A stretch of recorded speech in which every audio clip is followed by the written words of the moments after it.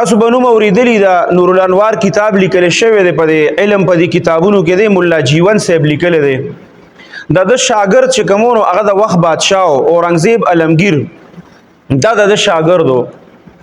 نو د هر وخت کې علما چې څومره دي سره په هغه وخت کې بغض ساتون کې خلک می حسد وسره هم خلک ساتي نو د چې کوم مخالفینو د مولا جیون صاحب ډیر ساده سړیو خو د چې کوم مخالفینو هغه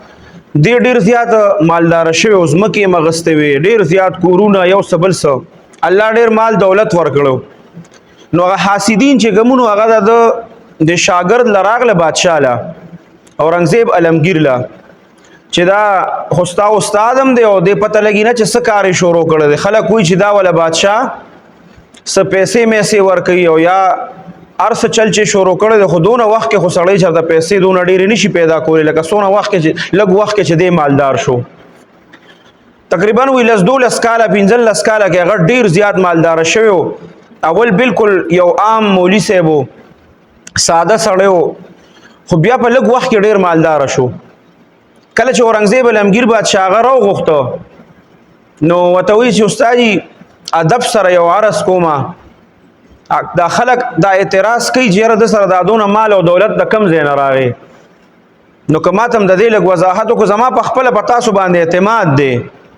خو که ماله چې کم خلک راځي نو زه به هغوی له جواب ورکولی شم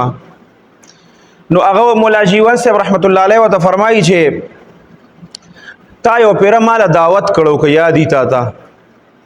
وی او جي کړی مې وی زه راغلی وم دلته دعوت دې راله کړو واپسې کې چې زه تلمه نو په واپسې کې تا مالا څه پیسې راکړې زما د خرچې دپاره وي یا هدیتن دې ماله راکړې او هغه صرف 2 انې وې 2 انې په دې روپۍ کې 14 انې نو تا ماله 2 انې راکړې ما چې کور ته یوړې نو ما وی چېرې زما د شاګرد خو بادشاه دی ده خو ماله ډېر غټ انعام پیسې هم راکولې شوې خو ماله صرف 2 انې راکړې دا به خامخا دی 2 انو کې څه چلی وی هغه ما غالبا چې کور والا ورکړی او ورته مې دا خبره وکړه چې ګورې دا ماله خپل دی شاګرد راکړي دي بادشاه او دې کې به څه چل خامخا ځکه چې بادشاه ماله ډېر غټې پیسې هم راکولې شوې خو ماله یې غټې پیسې رانه کړې نو ته داسې کار وکړه چې دا په داسې طریقه باندې استعمال کا نو هغه هغې پې غالبا چې څه انډې وغیره راوړې بیا یې هغه انډې خرڅې کړې بیا نورې انډې داسې انډې ډېرې دغه کړې بیا چې ډېرې انډې خرڅې کړې هغې کې ورسره پیسې راغلې بیا څه چرګان وغیره یې پرې واغسته بیا د چرګانو بچي شو بیا چیلې شوې د چیلو نه غټ زناور شو د غټو زناورو نه ورو سیوا کېدل هغه دې سره هغه مالیت ورو سیوا کېده نو لس دولس کاله کې وي ملا جیون صاحب سره دونه پیسې راغلې د هغه 2 انو نه چې د بلا ځمکې په هغه علاقه کې واغستې او د خپلې علاقې مالدارترین کس شو ده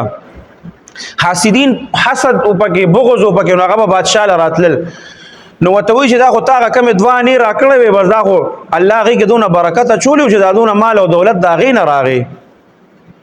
نو اورنګزیب علمگیر بادشاه چې و خو پوه شو ورته وایي استاد جي دا ته پته وه چې دا 2 انې د کم ځای نه راغلې وې وایي نه ما ته پته نه وه دکه خبره خو له زه راغلی یم چې زه ستا نه تپوس وکړم چې دا 2 انې وې کم ځای وایي چې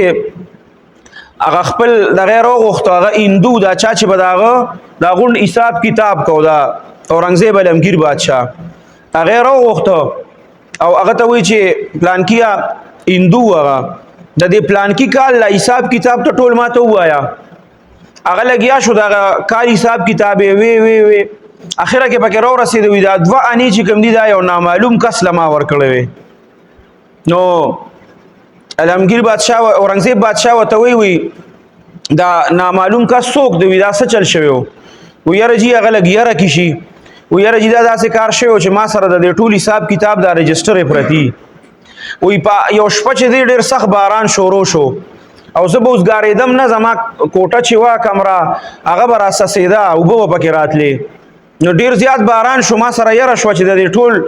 د حساب کتاب چې څومره ما سره دی د دې دا رجسټر یې خرابې نشي دا اوبه پرې راونه ساسي وی ما بارو وتم ما یې یو مزدور راته میلو شو چې په دې حال کې ما ته دا کوټه اوس دې ټایم کې ټیک کي زه به احسانمندم یو پیسې به وله هم ورکړم مثلا دا رجسټر یې رانه لمدي شي او دا هر څه خراب نشي وی زه چې بهر وتم نو یو کس ولاړو په تیاره کې وی مخې پټو ما ورته ووایي چې یاره ته کار کوې وی ولې نه کومه وی را مې وسته چې دا کمره راله ټیک که وی ډېر ښکلی کار یې وکړ ډېر زیات محنت یې وکړ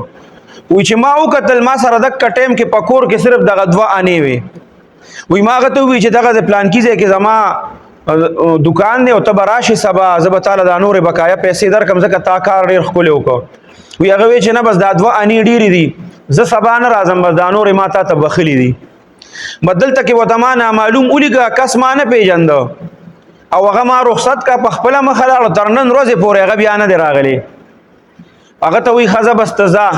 هغه هندوی رخصت کا هغه حساب کتاب والا د خپل استاد ته را متوجه شو استاد جي